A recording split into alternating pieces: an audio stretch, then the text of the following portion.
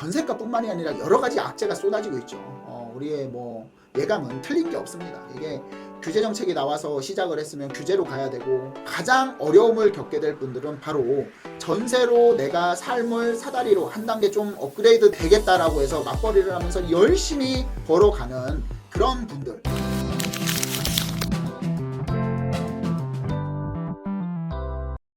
안녕하세요. 반갑습니다. 이충민의 부말리입니다. 요즘 부동산 시장, 특히 주택, 아파트 시장에서 지금 서울 수도권 그리고 지방까지도 굉장히 아우성 한 목소리를 내는 부분이 있습니다. 바로 전세 대란인데, 전세 매물이 지금 사라지고 있습니다.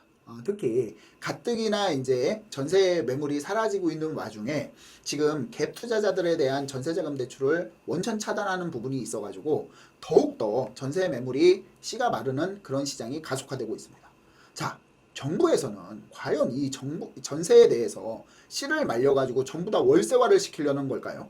아니면 도대체 어떤 이유로 이런 전세자금 대출에 대해서 DSR 적용이라든가 갭 투자자 원천 차단이라는 명목 하에 전세자금 대출 이제 금지라든가 이런 정책을 펴내는지 모르겠습니다.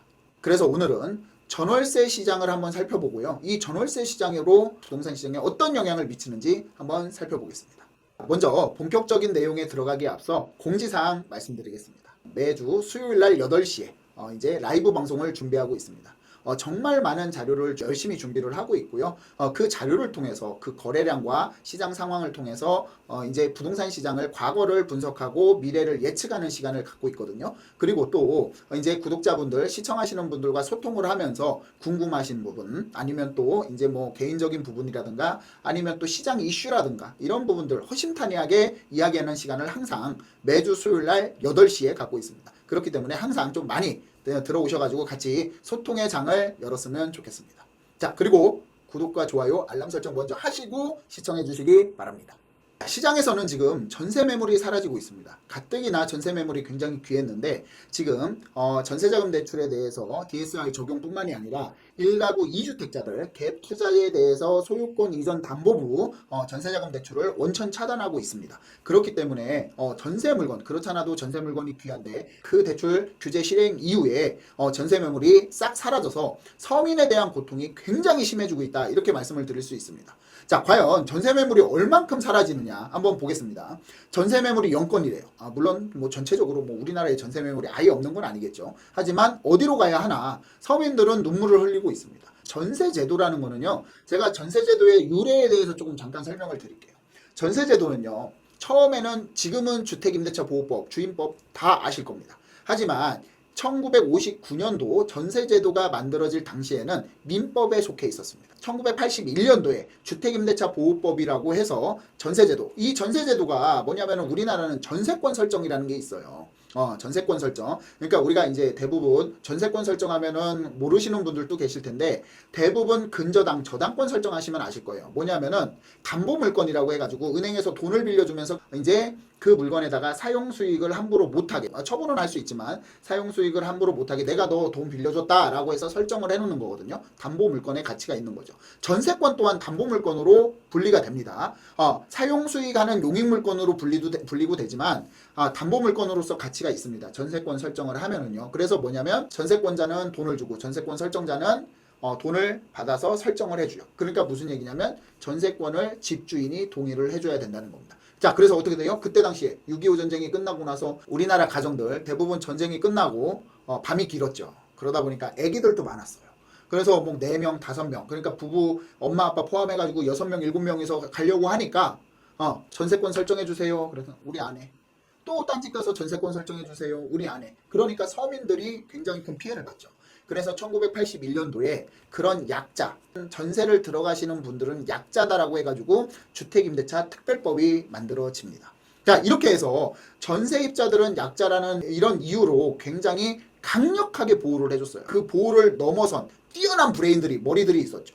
누구? 사기꾼들, 전세 사기꾼들. 이런 사기꾼들은 정말 극형에 처해야 됩니다. 하지만 그런 전세 사기로 인해서 굉장히 큰 피해를 입은 사람들이 늘어나고 그러다 보니까 전세에 대한 선호도가 떨어지고 그런데 그래도 전세는 주거 사다리 역할을 했습니다. 그렇기 때문에 전세에 대해서 들어가고자 하시는 분들 왜냐면은 대출이 기준금리가 내리면서 월세로 사는 것보다 전세자금 대출을 받아서 사는 게 훨씬 더 이득이 됐고 그 다음에 가계 지출 또한 굉장히 합리적으로 쓸 수 있게 돼서 그게 내수에도 진작이 되고요. 굉장히 좋은 효과가 있었습니다. 하지만 이번에 나온 전세자금 대출 DSR 적용과 그 다음에 1가구 2주택에 대한 갭투자에 대한 소유권 이전 조건부 전세자금 대출이 원천 차단되는 바람에 그러면 임대인들이 못 놓잖아요. 그러니까 전부 다 반전세나 월세로 돌리고 있다. 그래서 전세 매물은 지금 0건 씨가 날랐다. 서울 전체 전세 물건이 23,000건 역대 최저예요. 기본적으로 28,000에서 3만 건 위에를 지탱하고 있었던 매물이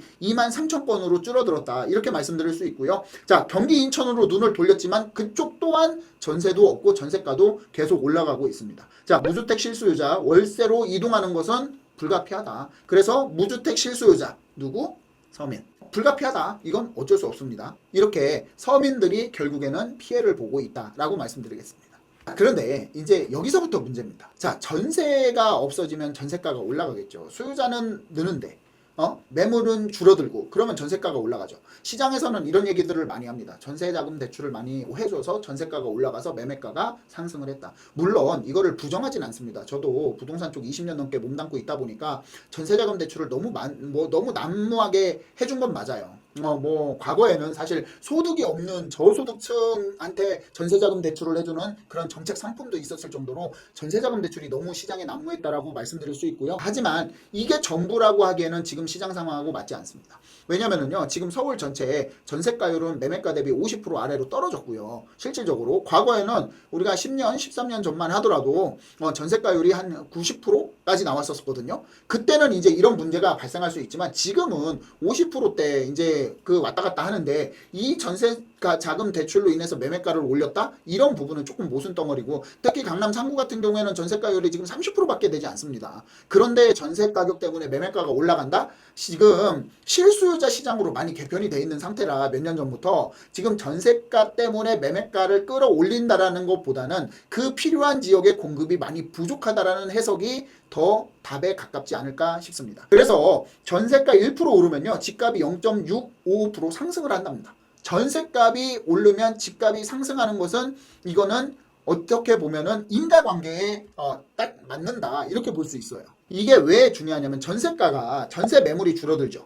그러면은 매물이 줄어들면 전세가가 올라가죠. 전세가가 올라가면은 어떻게 돼요? 갭 투자가 늘어나겠죠. 갭 투자가 늘어나면 어떻게 돼요? 매매가가 올라가죠. 이런 부분입니다. 이런 부분. 근데 이 부분은 오히려 엄청 비싼 서울 강남권이나 한강벨트 라인보다 오히려 서울 외곽 쪽이나 경기도 쪽이 훨씬 더 타격이 클 것이다. 전세가 상승으로 인해서. 자, 문제는 서울 한강벨트에 살고 강남 상구에 사는 사람보다 서울 외곽 지역이나 아니면은 경기도 쪽, 수도권 쪽에 사시는 분들이 조금 더 서민일 가능성이 더 높다. 이렇게 말씀드릴 수 있어요. 그래서 전세가뿐만이 아니라 여러 가지 악재가 쏟아지고 있죠.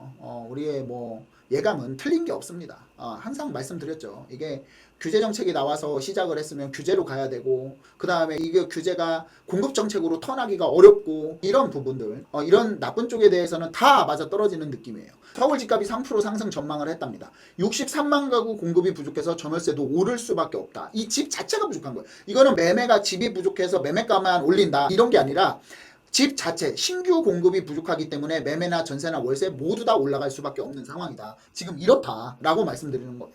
전세 매물이 23,000건으로 역대 최저라고 했는데 도대체 얼마나 많이 매물이 줄어드는지 한번 보시겠습니다. 서울 아파트 전세 매물은요 2년 전만 2023년만 하더라도 평균 55,000건이 항상 유지가 됐었어요. 작년 8월 달에 1년 전이죠 26,000건으로 떨어지더니 지금은 23,000건. 자, 이 물건이 계속해서 전세 물건이 떨어지고 있다 이렇게 말씀드릴 수 있어요.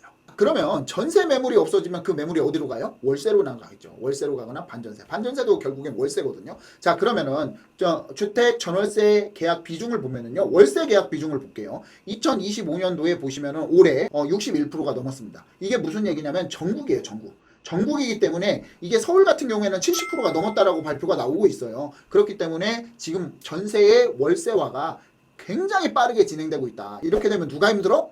서민이 힘들어. 누가 힘들어? 시청하고 계시는 여러분들이 힘들다 이렇게 말씀드리는 거예요. 지역별 아파트, 빌라 월세 계약 비율을 보면은요. 자, 아파트를 먼저 살펴볼게요. 아파트는 지금 어떻게 돼요? 서울 같은 경우에는 계속적으로 서울이나 지방 할 거 없이 계속적으로 상승 곡선을 타고 있습니다. 월세 비중이. 자, 그리고 빌라나 단독주택 같은 경우는요. 빌라 같은 경우는 서울에 76%를 넘었고요. 지방 같은 경우에는 82%입니다. 83% 가까이 되죠. 자, 전세 사기 사건 여파로 2022년 이후에 월세가 지금 급격하게 상승을 하고 있다. 전세자금 대출 DSR, 그 다음에 뭐 소유권 이전 조건부 전세자금 대출 그거 없어도 지금 계속해서 이 비율이 지금 월세 비중이 높아지고 전세 비중이 낮아지고 있는데 이러면 어떻게 되냐 결국엔 가장 큰 문제점이 여기에 있습니다.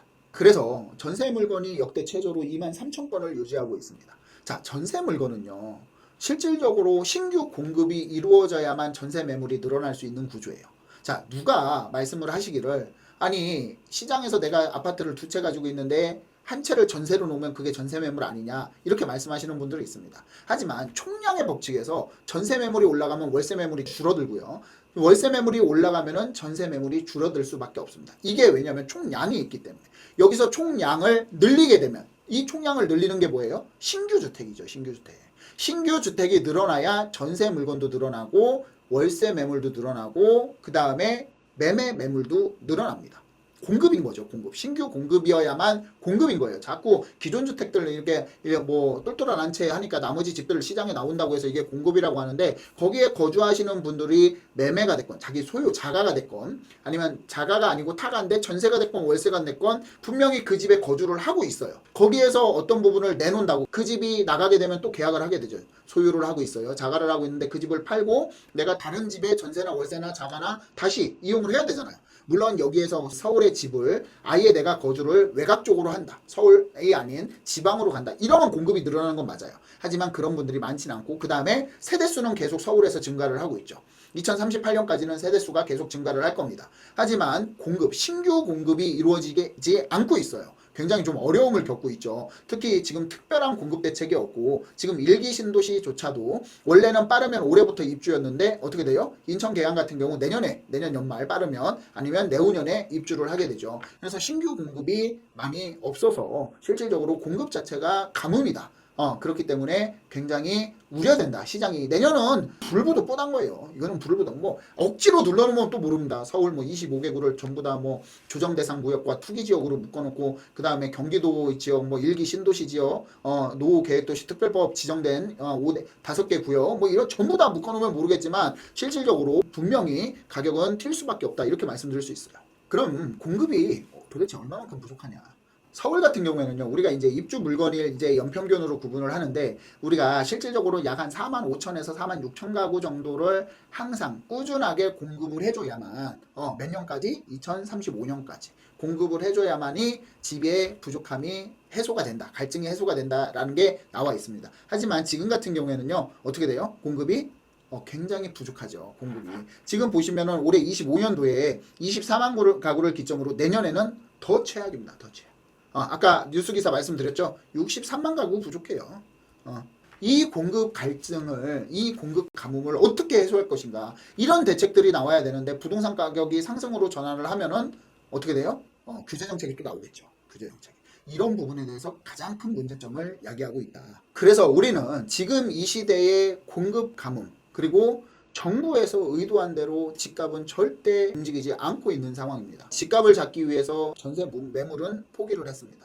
하지만 매매가도 잡히지 않고 지금 전세가도 지금 상승하는 분위기입니다. 우리가 지금 가장 힘든 시기를 또 다시 겪게 될 것으로 예상이 되기 때문에 우리가 지금 전세가 같은 경우에 전세가 상승에 이어서 다시 매매가 상승, 그 다음에 월세가 상승. 왜 월세로 사는 거를 걱정하냐면 전세가가 상승을 하면은 전세가가 월세로 전환하는 비율이 있습니다. 비율이. 금리가 아주 드라마틱하게 내려가거나 올라가지 않는 이상은 그 전세가가 올라가면 월세로 전환하는 전환율이 있기 때문에 동반 상승한다라고 보시면 돼요. 그래서 이번 전세 매물 풍기로 인해서 가장 어려움을 겪게 될 분들은 바로 전세로 내가 삶을 사다리로 한 단계 좀 업그레이드 되겠다라고 해서 맞벌이를 하면서 열심히 벌어가는 그런 분들, 사회 저소득층이나 아니면 중상층 아니면은 서민들 가장 피해를 볼 것으로 예상이 되고 있습니다. 자, 그래서 하루빨리 정부에서는 특단의 대책이 좀 필요하고요. 이 특단의 대책은 공급 대책입니다. 그리고 이제 매매가를 수요를 억제시키려다가 오히려 매매나 월세 시장을 폭등해서 결과적으로 그 부작용을 오로지 다 손해를 서민들이 받는 그런 시장이 안 오기를 바라겠습니다. 자, 오늘은 이것으로 마무리하겠습니다. 감사합니다.